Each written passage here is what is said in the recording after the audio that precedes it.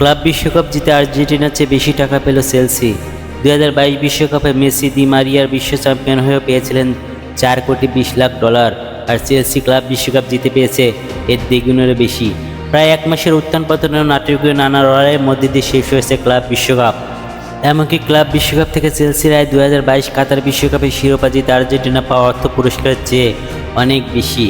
2022 বিশ্বকাপে মেসি দি মারিয়া মার্তিনেজরা বিশ্ব চ্যাম্পিয়ন হয়ে পেরেছিলেন $4,20,00,000।